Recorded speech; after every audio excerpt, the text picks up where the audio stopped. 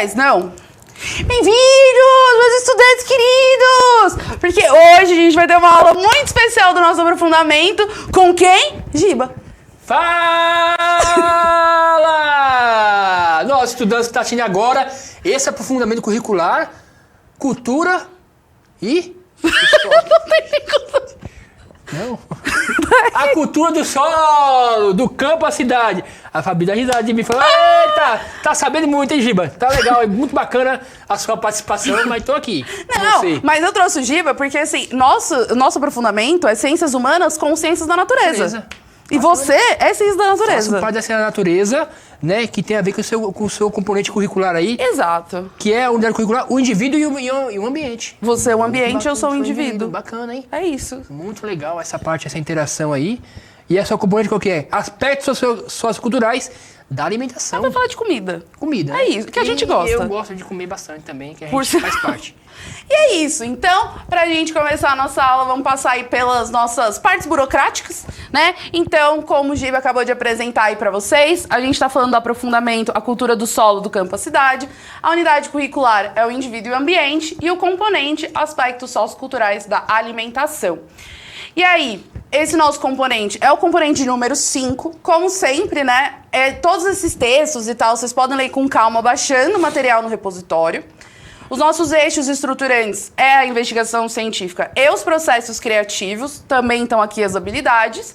E essas são as habilidades específicas, né, do nosso componente, no caso, que vão abranger aí as ciências humanas e sociais aplicadas. Muito legal, hein? Então, a gente passando aqui pela parte burocrática, a gente já vem falando aí algumas aulas sobre cultura. O Giba já falou que vocês vão sair daqui praticamente doutores em cultura. Vai, porque eu tô vendo aí que você fala cultura em várias aulas, né? Isso que é legal, porque eles vão sair com uma visão diferente do que eles entraram, né? É o plano. Esse é o objetivo, né? O objetivo. O objetivo é que eles saiam desse aprofundamento praticamente em cultura. Aprofundados. Então, aprofundados. Aí vão ter outra visão de cultura, vão se comportar direitinho, né? É o plano, é o plano. É o plano. Vamos tentar se focar no plano. Isso. E aí, na última aula, a gente falou um pouco sobre a cultura, como a cultura ela é uma teoria científica, né? É uma teoria científica das ciências sociais, né? Até que o Giba tá aqui, a cultura nas ciências sociais, ela tem esse aspecto científico, olhando para essas tradições, todas as produções humanas, né? Mas, por exemplo, em biologia, cultura é você ficar cultivando bactérias, fungos. Isso é legal, né? Tem a relação da parte humana, da sociedade, e também da parte física ali, a parte social, né? A parte envolvida em biologia, biologicamente falando, né? Exato. E aí, pra gente começar, a gente já falou bastante sobre cultura, vocês já viram na primeira série, então a gente já vai começar assim. E agora a gente trabalha com teóricos, porque a gente tá num aprofundamento de investigação científica. Isso, aprofundando os conhecimentos da formação geral básica, né? Exato. Então a gente tem aqui o Avruch, que ele apontou 6 usos equivocados, então 6 usos errados, né, da noção antropológica de cultura. E o antropológico é porque é uma visão do campo da antropologia que a gente também discutiu na última aula. Então a primeira coisa é, cultura é homogênea. Primeira coisa, a cultura não é homogênea. Então a ideia é desconstruir a ideia de cultura que a pessoa tem, né? Uma desconstrução para depois começar falando, o que é cultura, qual que é o papel, qual que é o desenvolvimento. Então, a cultura ela é homogênea? Não, por quê?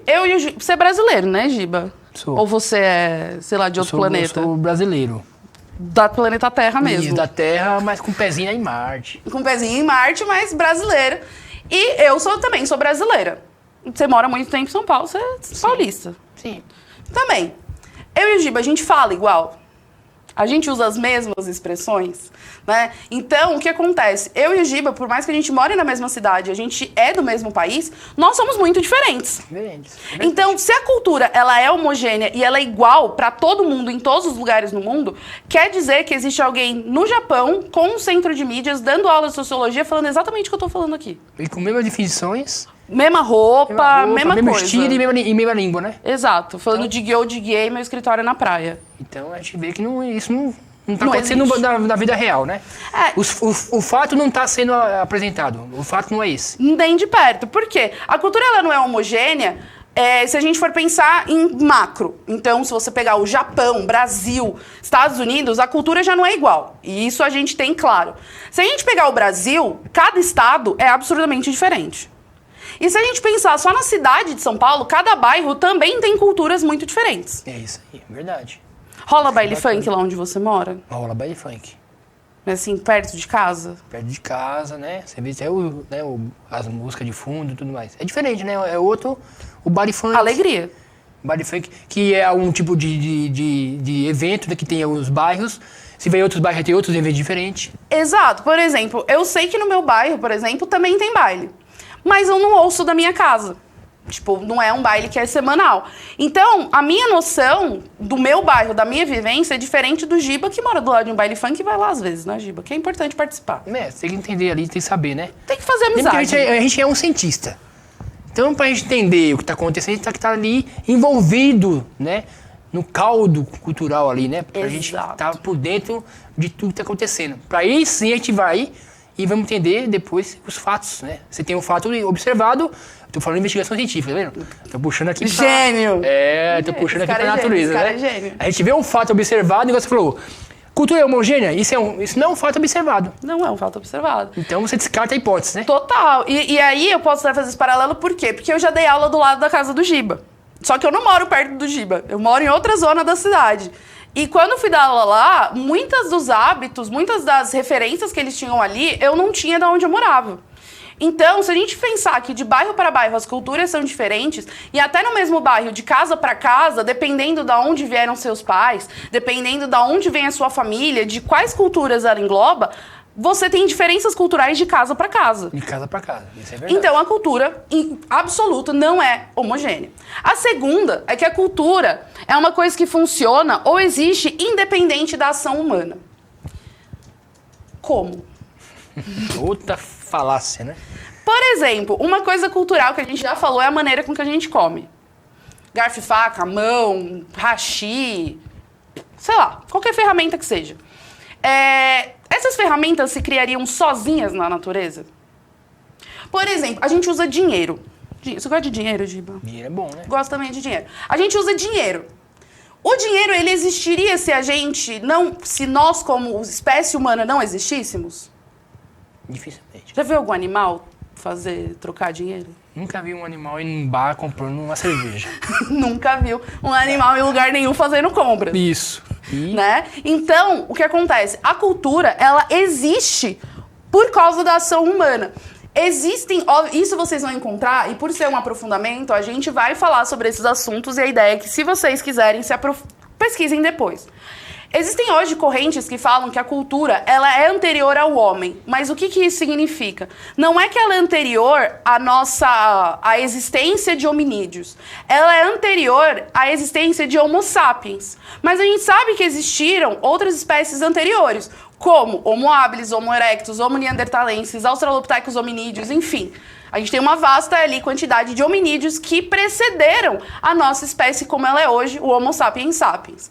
Isso significa que eles já podem encontrar traços de cultura, por exemplo, em lugares, em sítios arqueológicos onde você está falando sobre, vamos dizer, sociedades, grupos de neandertais. Então, quer dizer que a cultura, ela existe, tá? Indiferente da minha existência fabiana. Mas ela é atrelada à existência de hominídeos que têm capacidade de produção de cultura. Então, se não existissem hominídeos, se vamos dizer, hoje, acabou os hominídeos, a gente só tem os animais que a gente conhece. Sim.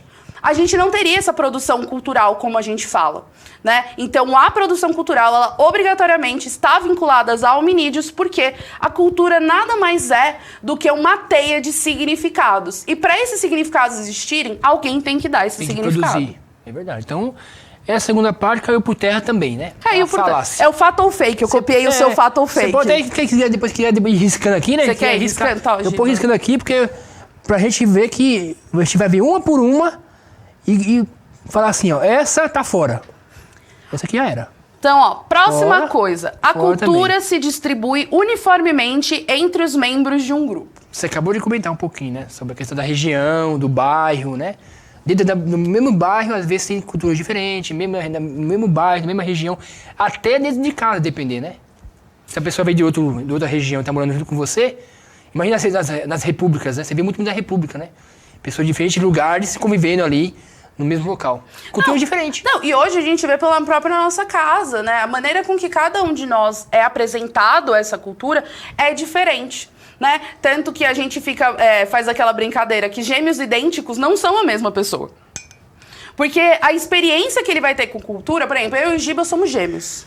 A gente já parece gêmeos, idênticos. Idênticos, parecidos. Eu e o Giba somos gêmeos. E aí o que acontece? A gente nasceu na mesma casa, com a mesma família, mas a gente, mesmo estudando na mesma escola, a gente fez amigos diferentes, a gente gosta de coisas diferentes e a gente tem contato com coisas diferentes. Isso vai fazer com que a gente cresça e vamos dizer, e se desenvolva diferente.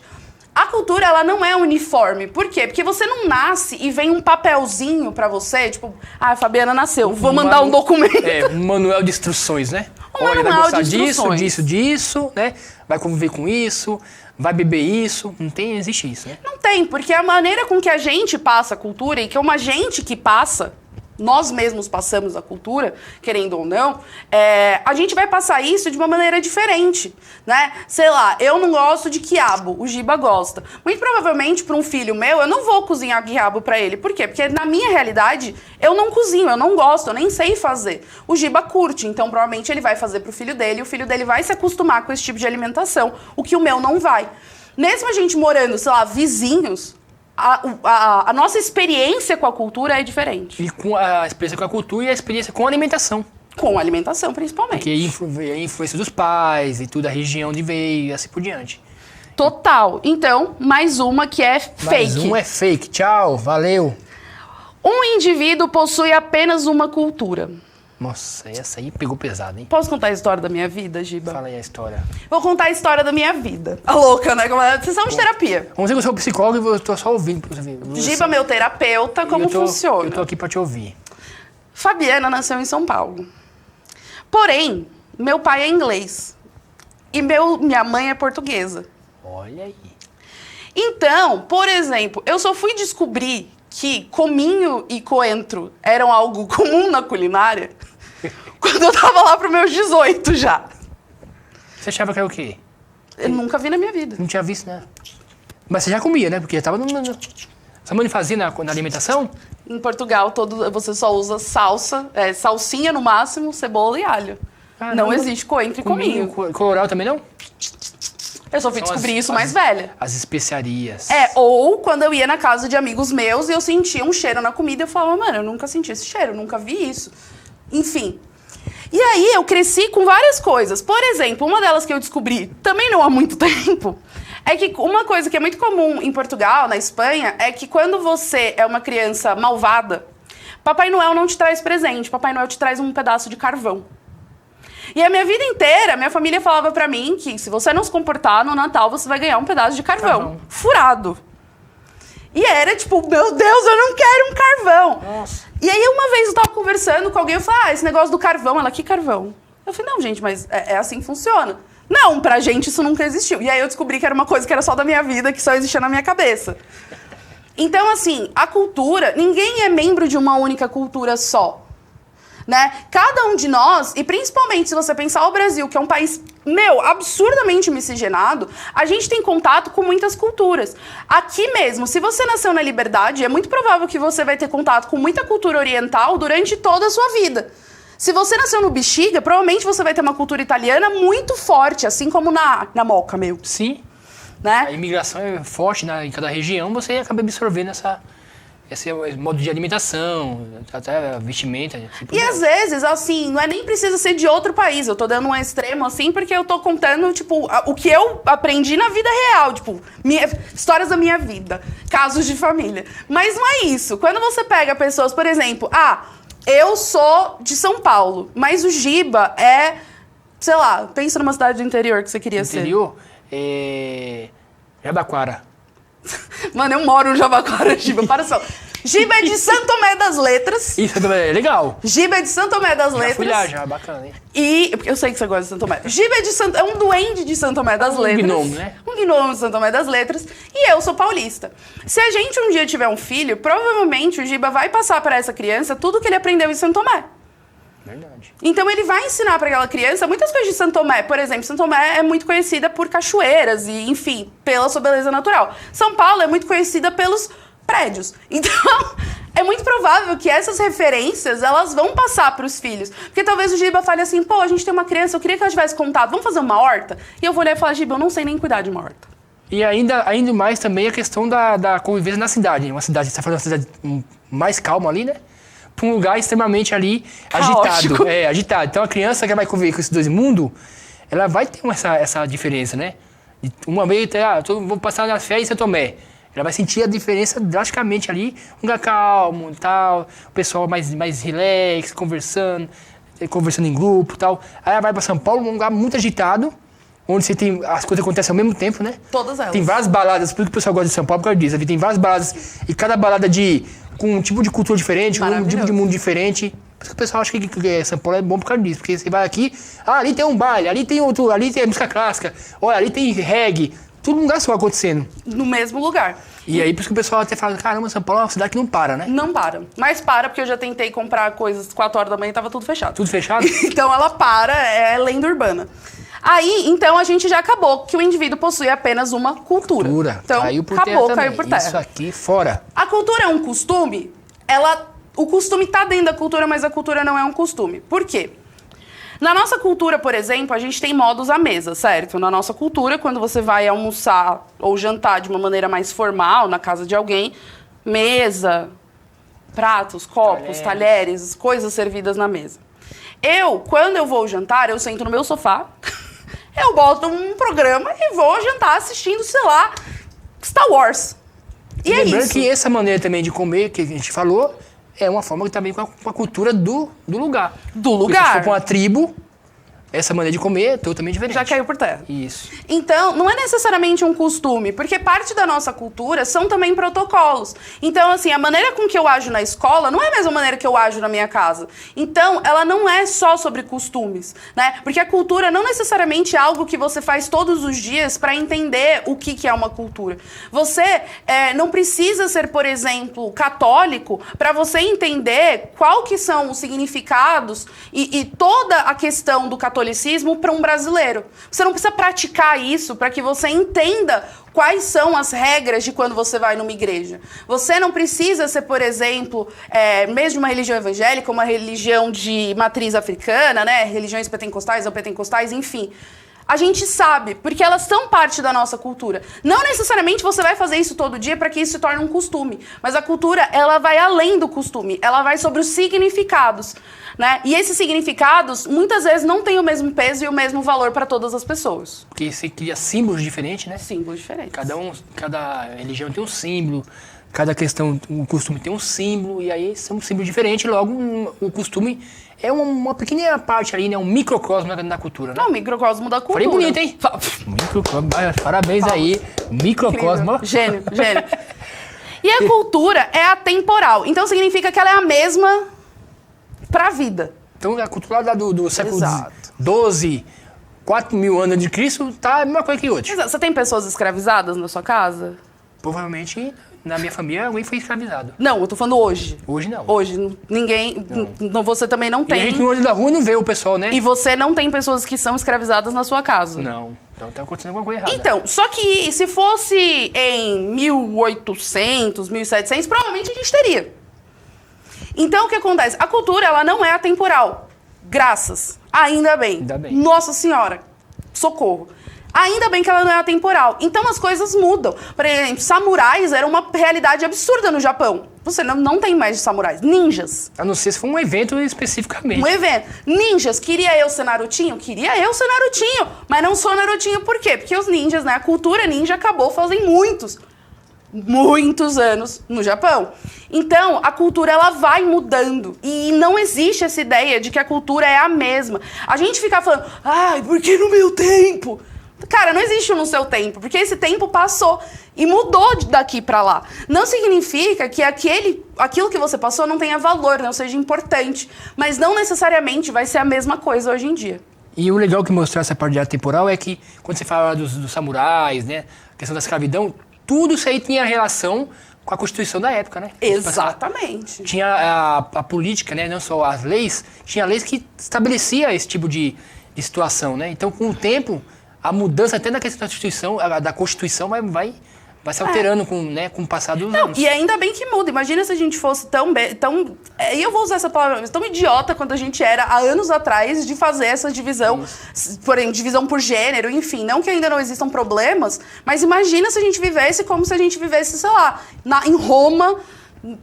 Impossível. Não, tá? ainda bem que é atemporal. Fake também. Tchau. E aí, pra gente entender um pouco melhor, entender que, assim, a cultura, ela traz tudo isso, e a gente falou pra vocês, existem muitas teorias, a gente trouxe 3, que eu espero que dê tempo. Então, a primeira é a do Goethe. O Goethe, um fofo, ele é na verdade, um antropólogo aí, ele é fundador da Escola Interpretativa da Antropologia, e o que ele fala? Que a cultura é um padrão historicamente transmitido de significados incorporados em símbolos.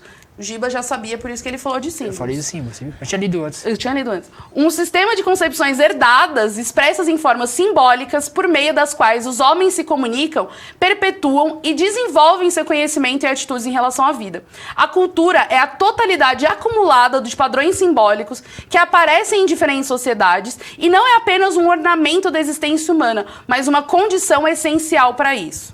Então, o Goethe, ele fala que, na verdade, o ponto principal da cultura é que ela é significado. A gente dá significado às coisas e esses significados é que são a nossa cultura. E que sem ela não existiria a existência humana, porque nós somos dependentes desses símbolos. Legal. Por exemplo, dá uma aqui. Isso aqui é um símbolo. É um símbolo de amizade, porque a gente é parça e que a gente também se for para o país, às vezes o símbolo não é esse, né? Não, às vezes isso pode ser bem ofensivo. Diferente, depender. Então, isso que é legal, o que ele fala, a expressão incorporada em símbolos, sistema de concepções herdadas expressas em formas simbólicas. E aí, por exemplo, o Goethe, lembra que a gente falou lá do Taylor, que ele fala que a cultura é todas as crenças, hábitos? Eu até peguei aqui uma cola, tá? Peguei da Cultura como Teia, da Mirella Berger, e ela fala, por exemplo, que é o seguinte: o Goethe, ele já vai um pouco contra o Taylor, porque ele fala que o Taylor, ele abre demais esse leque do que é cultura. Ele não tá dizendo que o Taylor tá errado, mas que talvez ele tá um pouco aberto demais e precisa dar uma amarrada, né? E o que acontece? O Goethe também vai falar do nosso próximo teórico. Eu não vou estar me aprofundando, porque se vocês lembram a aula passada, a tarefa de vocês é pesquisar esses autores. Então já tá por dentro. Então eu tô passando por cima, porque você tem que pesquisar isso aqui por você para ter a sua discussão. A segunda é que, por exemplo, ele fala sobre essa questão do significado. Então o Goethe, ele não é que ele discorda do Taylor, ele só acha que a teoria do Taylor tá um pouco aberta, mas o Goethe, ele se apega muito mais ao fato de que o principal elemento da cultura são significados. Tá? É isso aí. Então a gente tem o Taylor, que é mais amplo, a gente tem o Goethe, que vincula a cultura a significados, e a gente tem o fofo do Levi-Strauss. Ai, ele é muito fofinho, olha como ele é fofinho. Fofinho. O Levi-Strauss é muito fofo, gosto muito dele, e o que ele fala? O Levi-Strauss, ele já vai se preocupar um pouco mais com essa ideia de que a gente tem de que uma cultura, ela é superior à outra. Então, tipo, o Japão tem privadas que funcionam sozinhas, eletrônicas, com 20 mil botões, enfim. E a gente não. Então, quer dizer que os japoneses são mais avançados que a gente?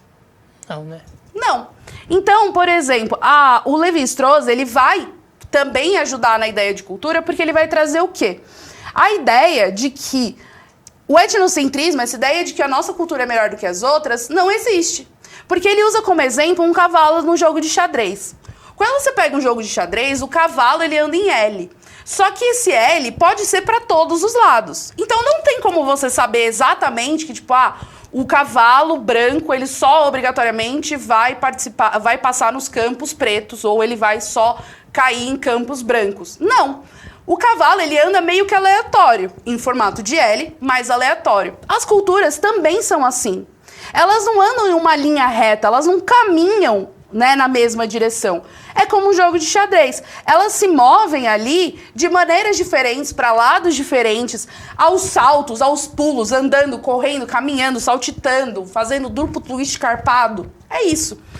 E se a gente entender que cada cultura ela segue um sentido e uma linha de raciocínio que é própria só para ela, a gente também começa a entender que a gente achar que a cultura ela é homogênea e que a minha noção de verdade, de certo e errado, ela é absoluta, significa que nesse discurso eu já tô dizendo que, sei lá, mais da metade das pessoas do universo estão erradas.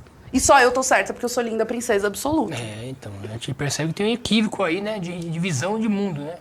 Exato. Então, ó, a gente tá falando sobre teóricos da cultura e se a gente observar, nenhum deles está dizendo que o outro tá errado. Eles só pegaram aspectos diferentes da cultura e se debruçaram mais sobre isso. Então, a gente pode juntar os três? De maneira grosseira, sim. A gente pode dizer que o Taylor fala que a cultura são todos os hábitos, crenças, instituições que formam uma sociedade. O Guedes vai dizer, só que na verdade o mais importante disso é a gente olhar que a cultura é o significado que essas coisas têm para as pessoas. E aí a gente pode terminar com Levi-Strauss e falar assim, mas por exemplo, Levi-Strauss também traz a ideia de que super legal, cada cultura vai gerar seu significado, seus hábitos, mas é importante a gente entender que eles não são iguais e nem vão ser para todas as pessoas. Isso é bacana aí, né? Essa interação. Você vê que cada um tem uma visão diferente, mas vai te dando um complemento e a gente vai dando do todo, né? Do micro pro macro. E eu até falei pra eles, dentro da ciência da natureza é a mesma coisa. Você tem vários teóricos falando sobre o mesmo assunto, mas que não necessariamente eles são excludentes.